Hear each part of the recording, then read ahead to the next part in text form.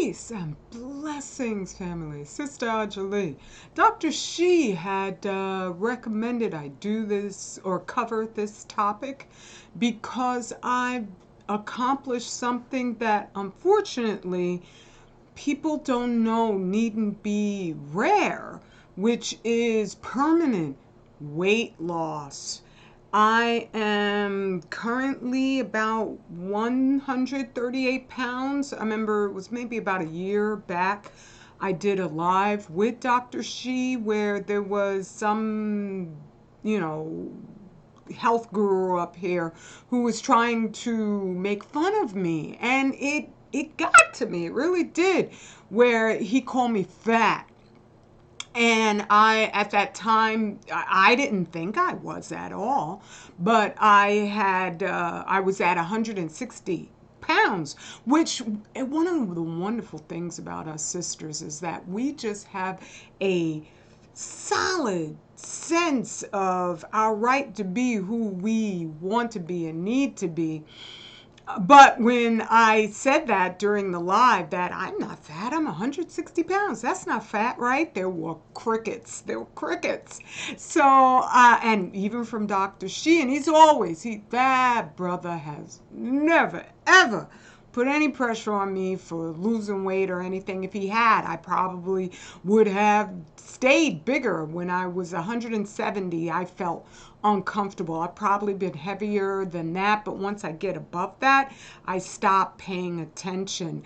So with the crickets, I said, oh, well, maybe I am. And then when I started trying to, because it's hard to be objective about your own figure, I looked and I was like, okay, I could try to be, slenderer. I'm not trying to be a white woman up in here. And, if you're a white woman, then you got to do what you got to do for you, okay? I surely wish every single race of people had genuine, based on their deeds, high self-esteem. That means in submission to the one and only. Now, when I started losing the weight, and I have for a good long time, I developed a series of just new mindsets. I can't even, they're tricks, but it was all in an endeavor to recognize my weaknesses when it comes to dealing with food, and then growing strengths as opposed to just saying, let me get that willpower. I really analyzed my addiction to food, and I had already taken care of a goodly sum of it through going vegan. Now I know there's a lot of friggin' ravenous vegans. They've given up meat, but then they hunt people in order to just, trounce them with their own philosophy. You got to do what feels right for you. But for me, going vegan, it was a calculated move towards health. But in doing so, there's problems with veganism that you really do have to research. You still have to get B vitamins. Then when I found out that there's different kinds of B vitamins, and then there's bioavailable B vitamins as opposed to non-bioavailable. And then there's things about supplementation that you just have to learn. It's wonderful stuff, wonderful stuff. Very, like I said, I wouldn't, without the veganism, there'd be no way that I would be about almost 135 pounds. I know that probably for me, 130 pounds is going to be so far as I can tell, I thought it would be 145. That would be fabulous. But I found out that, the body changes as it loses weight. And, I think at this point in time, 130 is a really good weight for me. But in, doing all of these different things, finding about, through the veganism that I still needed to get certain supplementation, I also have been able to incorporate the aging of my body. I'm going to be 62 coming up in a short while. I mean, really, really short, just like a matter of days. And I had to stop taking the amount of calcium that I had been taking and the amount of iron that I had been taking, because your body is going to just change and you have to adapt. And that's my overall point. In order to escape fatism, I had to let my body tell me what it needs, how it needs it, and to submit, because my body was made by Allah. And so submitting to the demands of my body is a better submission to Him. And thus, it's almost, I can't say it's almost, it is part of my religious tenets to accept the fact that I don't control this. This I can assist, get it better, but I have to accept its parameters, its boundaries. And that has been integral in not being arrogant about what I eat and how I eat. I no longer have just this, sense of privilege, like I have a right to eat whatever the heck is put in front of me. No, I don't. No, I don't. And it reminds me very much of the hoarders who don't want to accept the fact that your home has a limited amount of space, so that as a human being, you will feel positive about the environment you've set up for yourself. And with hoarders, they will deny all of that until their entire home is a dangerous wreck. Not only filthy, it's actually dangerous. And that has the same, mental schematics when it comes to us accepting the parameters, the boundaries of our bodies. And I've been noticing there's a lot of people who are gaining a lot of weight these days. I know the food is, in the friggin', what's his name, RFK, Robert Kennedy, health czar, just BS, because they ultimately are hiding the radiation contamination. That they're getting rid of a lot of the artificial ingredients. That's really, really wonderful. But oftentimes just the sugar and the fat and the salt and the frying, where you get all those acrylamides, and that's what gives it that crispy crunch. That's more than enough to make most of us fat as heck. I don't know if they're going after the high fructose corn syrups, the HFCs, or the monosodium glutamate, the soy and the things that come from these processed sea vegetable things that will, they call it, I think, ome. It's supposed to be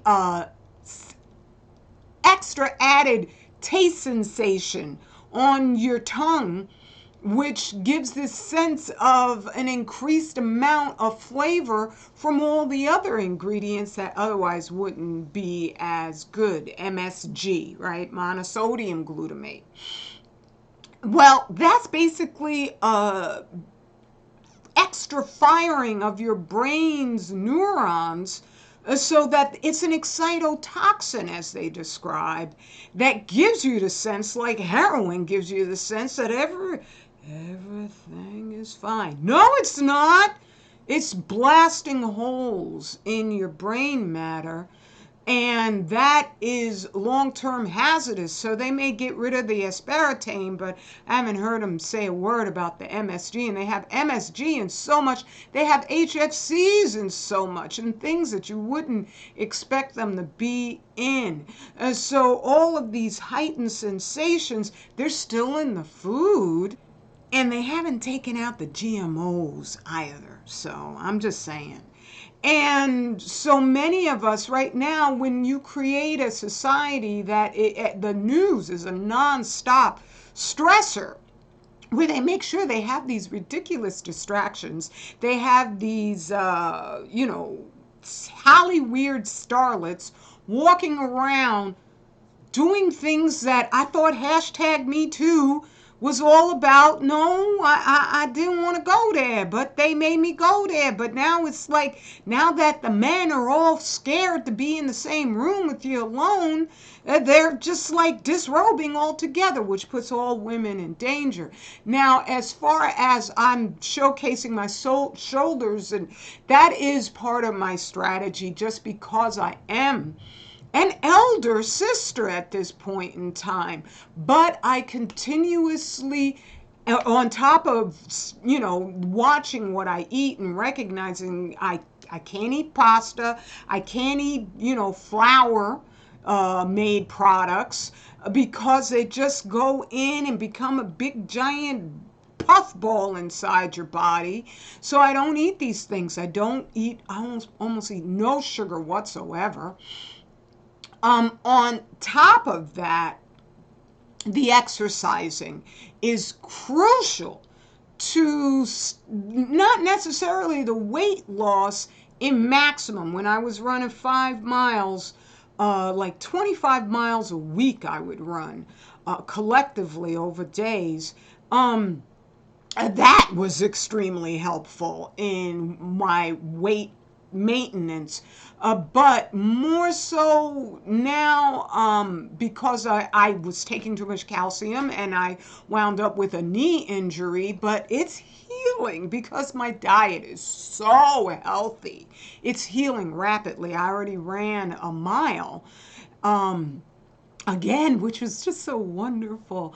But in the meantime, when I couldn't run like that, I was like, okay, who's in charge here? Me and my usual habits of wanting to eat this and this and that, because the food addict in me hasn't gone away. I recognize, okay, I have to look at my habits, look at my hoarding ways when it comes to eating, and work around it.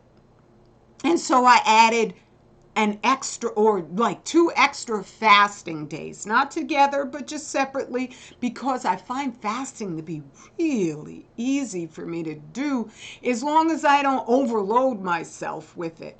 But that way I can still have my days of my regular eating, which for most people, they would consider it like bird food. But because I've slowly acclimated myself to eating less, so I'm healthy, I'm strong, I sustain my vigor and my, ability not to go back to 170 or 160 pounds. At the same time, this helps me to just keep my body, my body knows, look, I only need these many calories. Even if it can't tell me specifically, it's going to tell me if I step on the scale. And I don't weigh myself that much, okay? I know through my clothing, I'll weigh myself after a fast, and then I'll go, oh, okay, I see I was doing the right thing, I wasn't doing the right thing. My body is going to let me know. And so if I'm fasting too much, I go by human, parameters, human indicators that I'm doing the right thing, I'm not doing. Because I ain't looking for no chopstick legs. I'm a sister, all right? I want to be thick to a certain portion, but at the same time, my overall goal is health and healing. And so with the exercising, I see I'm going to be able to get back to it, which is a wonderful thing. But overall, I feel like I don't have to go into details over what I eat, other than I don't eat bread, I don't eat pasta, I don't eat meat, I don't eat, even the processed meat-like substances. I eat as close to what the Most High created as possible. Because, as Dr. Shia said, nobody overeats apples. Nobody overeats the things that are really fortifying to our bodies. And that's what I go as close to as possible. At the end of the day, I have my salad. I have it. That bowl is big. But it's mostly just greenery. So it's not doesn't make me overweight. I always make sure I have a complement of nuts because I want good proteins and good oils. I don't eat very much oil. I have 1 tablespoon of olive oil, and we get absolutely fabulous olive oil. So it has those incredible flavonoids in it, and antioxidants. But I use 1 tablespoon of that. I put pistachio nuts, but I measure stuff because if I don't measure it, I will tend to keep adding more and more and more. So I do 1/4 cup of pistachio nuts, raw, organic, no salt, in my salad. With my salts, I measure out my salts to make sure that I don't let my taste buds go crazy. That's the one thing. I'm eating for the parameters of my body. And because, like you, I've been raised in a society that makes it seem like wanting to be healthy is weird. No, it's not. Their robber baron, vampiric, social engineering narrative control, that's weird. That's killing even our planet with their hoarding of power, of control, where they're always like at war with each other. Oh, that reminds me, I'm on my next book. I finished Rosalie's. This is The Woman Who Knew Too Much, Alice Stewart and the Secrets of Radiation by Gail Green. It's already starting out like, whoa, powerful, and she acknowledges that, or the writer, but as far as Alice Stewart goes, that low-level radiation is just absolutely obliterating. I appreciate that because Rosalie Bertell, she mentioned it a little bit, but she was a nuclear physicist, so she was going over the big macro analysis, which was highly informative, but at the same time, let's just get into what's on our plates, all right? And so I don't even remember what I was talking about, but I want to do this so I don't have to edit it together and it could be real fast. But the just keeping a measure of the health, that's what I was talking about, health, and how if it's not in submission to the commands of the Most High and the guidance, because I look at our bodies, I'm like, they're magnificent. And he doesn't, other than gluttony, that's a sin, but just fine tuning that so that you become the best. You, good Lord, let me tell you, at 62, I ain't on nobody's medication. I don't have any headaches. The things when I get pains, it's for things that I can self-diagnose and then cure myself. I ain't got to go to no doctor who's not going to ask me any questions about, well, what are you eating? They would never have asked me, well, how much calcium do you take? They wouldn't have asked me that. They just would have written out a prescription for some pain medication and never done an adequate diagnosis. But I broke my toe. I sure went to them daggone doctors because the whole history of Western medicine was formulated on their battlefields. But of course, right? And so they know what to do with broken bones. You got an injury, you got a wound, go to them. But when it comes to your health, when it comes to what you eat, exercising, that's a good thing to do some serious research on. And how to eat better. Go to 25000yearcycle.org. We have the list right there. You don't have to pay anything for that because we love you. You can see it in our deeds, all right? Even though I need somebody to go buy the soap because you notice I ain't thanking anybody for it right now, okay? That's because nobody's bought it in a while, but that's up to you, all right? However, it's highly beneficial as I write my novel, and I'm coming up here because it's also highly beneficial as I write my novel when you purchase our amazing products. But right there at 25000yearcycle.org, you're going to find the list of what you can eat and what you can't eat, because that was one thing that assisted me when I left the sugar alone. Is because sugar is also an excitotoxin that winds up making you want more of it until it's just absolute imbalance. Now, because I've given it up pretty much day after day after day, Except I have baking chocolate chips, but just a handful of those in with cashew nuts in the middle of the day.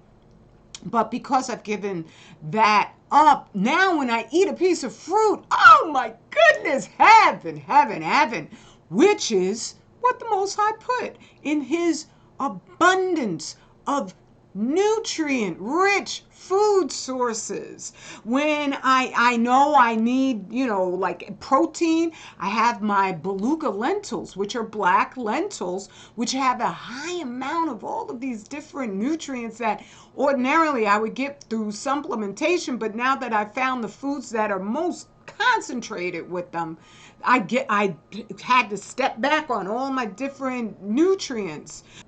I almost forgot to add one of the most important strategies, as I had said, is examining my strengths and my weaknesses. So I have my cheat day. I know a lot of us have it, but what I find is by eating healthy so many days, because I only have a cheat day once every 2 weeks. I used to have it once a week. I used to have it like every other day, and I've just slowly acclimated to putting more space between it. But what I find is that habits happen. Just like when you move to a new home and it feels weird, after a couple of weeks, after a couple months, it doesn't feel weird anymore. Same thing with not overeating. I have so many days of just being a healthy consumer that when I do have my cheat day, yeah, I'm ravenous to eat all the crap I've been denying myself. But by the end of the day, I am just worn out. I'm like, I didn't really need all of that. I'm still going to have it, but as I said, I've been extending the time between it. So that has been paramount in maintaining the space my body demands in order to be healthy. So when it comes to health, in what you eat, the doctors are not going to ask you about that stuff.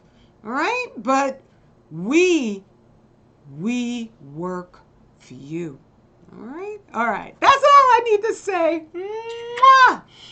Straight black pride is our rescue from these lunatics. Oh my God, they are so nuts. You seen the stuff with Obama and young men should have gay mentors. Oh, they are dragging out the whole Obama fiasco like nobody's business. There goes my alarmist time. Oh, I could give, that's really good advice, is that in order to step over my cravings, I have an alarm system so that I know, because that's one great thing about the fasting is it gives you that discipline. So when I'm not fasting, on the days I'm just eating, still eating can become an entertainment. And I think for a lot of us, that's why we're still gaining weight, is because we've made eating an entertainment. It is in no way that when you are looking at severe debilitation, diabetes, I could look at somebody and I could tell if they're on these drugs or not, these pharmaceuticals or not. All right. And so I have a timer as to, okay, I can eat again or I can't eat again. And I have, just this is what I'm allowed to, which doesn't lead me to want to overeat. And then those other things, I can't be near them. And the fasting helped me to say no, to learn that I can say no. So we're doing our next fast starting this Friday. And we don't just do water fasting. I just did a big giant green juice thing where it's not really green, it's beets and carrots and celery. And with the beets, I use the stalks also to add a little bit of greenery to it.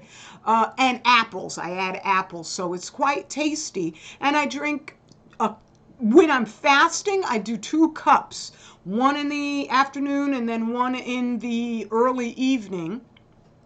And that has helped empower me so that I know, oh, okay, I don't need to be knocked over by my cravings. I can tell them, you must submit to the reality of this body that the Most High gave me. All right? So that's it. That's all. I gotta go. I love your family. Straight black pride, as I was saying, is our ownership papers to forever so that we take charge of our destiny. I love you. Peace and blessings.